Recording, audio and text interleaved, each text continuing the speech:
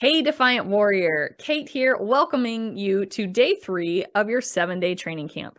Today, we are talking about protein and dairy. Protein is so important beyond just for muscle building. But if things aren't going right in the stomach, you may not be absorbing the protein that you need. Let's jump in. Whether you are consuming an animal-based protein or a plant-based protein, it's important to try to get varieties. There are different protein compositions to the various types of proteins and different blends of amino acids. Or think of them like Lego pieces. When you eat a protein source and your body breaks it down into these Lego pieces. And then it's going to rebuild them in your body for the different jobs that protein provides. Protein helps with feeling full and helps repair muscles, but protein is also an important part of our immune system, our bone matrix, and the nervous system. So keep your protein going. You want to prioritize protein, roughly 1 to 2 palm sizes at each meal, depending on your goal. Again, more for some people, less for others, but that's a good starting point. Listen to your body. Now, if you have GI issues, the ability to digest protein seems to be one of the first things to struggle. We see problems occur in this area where you might have more bloating, indigestion, heartburn that's not resolved by cleaning up your diet here in these 7 days or long term. And if you do notice this, that protein is struggling, you are now probably more at risk for things like osteoporosis or osteopenia, more tendon or ligament issues like sprains and strains, reduced immune health, and more, because we need the protein to get to all those tissues. It is a part of all of those.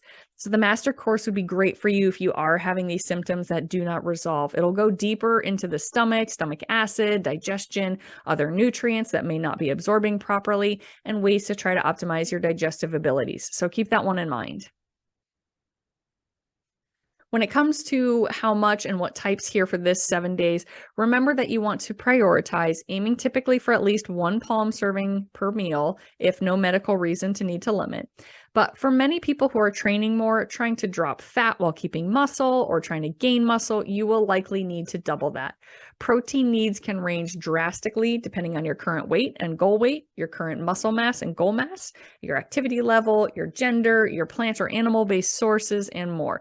But aiming for some with every meal is a good starting point. When it comes to the sources, the cleaner, the better. Try to avoid those processed, the things with nitrates and nitrates added, things that are breaded or deep fried. Always notice ingredient lists. Some have added preservatives, gluten, and other things. You want to aim for the grass-fed, the free range, the wild caught. Seafood, you want to aim for low mercury things. So with that, think of the acronym SMASH, SMASH. It stands for salmon, mackerel, anchovies, sardines, and halibut. Those are typically your good omega-3 rich seafood options. You want to try to get the organic nuts and seeds, beans and legumes, pretty good.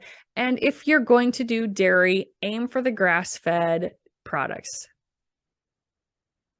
However, I'd prefer you avoid dairy for now to test this out, as it has been linked to inflammation, mucus production, knee stiffness and joint stiffness, dark under eye circles in a lot of people. There are some studies that see a link to numerous hormone imbalance issues as well, estrogen dominance, early puberty, and that all can lead to an increased risk of painful menstruation, ovarian cancer, breast cancer, and more. In many people, it also can mimic thyroid tissue. So if you're already dealing with autoimmune hypothyroid issues, dairy can make that worse. Dairy is basically all the milk-based things, cow and goat milks, creams, yogurts, whey or whey proteins, and the different cheeses. Another reason we pull dairy is it's estimated that 20 million Americans have thyroid issues, but that 60% of them are unaware or undiagnosed, in part because people aren't checking, and in part because a lab medical diagnosis is different than a suboptimal lab reading, where it might seem like you're fine per the lab, but you're still trending in ways that aren't ideal. And a sluggish thyroid can be made worse with the consumption of dairy and gluten or wheat products, which we'll talk about more later. So if your body is already having an immune or inflammatory response, then something called molecular mimicry can confuse your body, and it can turn ignorantly attacking your thyroid tissues instead. No good. So if you decide to consume dairy, or later if you find that you can add back dairy and you don't have any problems with it, it doesn't have to be fat-free. There's this whole push from a couple decades ago to be like fat-free everything. But again, it comes more to the quality. We want the grass-fed dairy. So things like toxins, pesticides, chemicals, when we consume them or the cow consumes it, it gets stored in the fat. So if you're getting high fat products, there's more chance of more of these things being stored in the fat. However, grass-fed and organic doesn't necessarily have that problem. So if we can get the high quality grass-fed fatty things, it actually has a different nutrient and fatty acid composition with more healthy types of fatty acid chains. It's actually more anti-inflammatory if we get the full fat, high quality grass-fed, grass-finished versus conventional that is more pro-inflammatory. So if you're able to get that high quality, clean, grass-fed, then the whole or higher fat versions are fine if you prefer that. If you are getting conventional dairy though, that is when I would recommend get the fat-free to avoid those possible fat-soluble toxins. So what about calcium? We absolutely do need calcium, but you do not have to get it from dairy if you do not want to. Here are some other food sources you can use. You want to look for leafy greens like spinach, collard greens, kale, sesame seeds or tahini. That's often used to make hummus. That's rich in vitamin C. Bone broths are going to be good, or sardines with bones in them.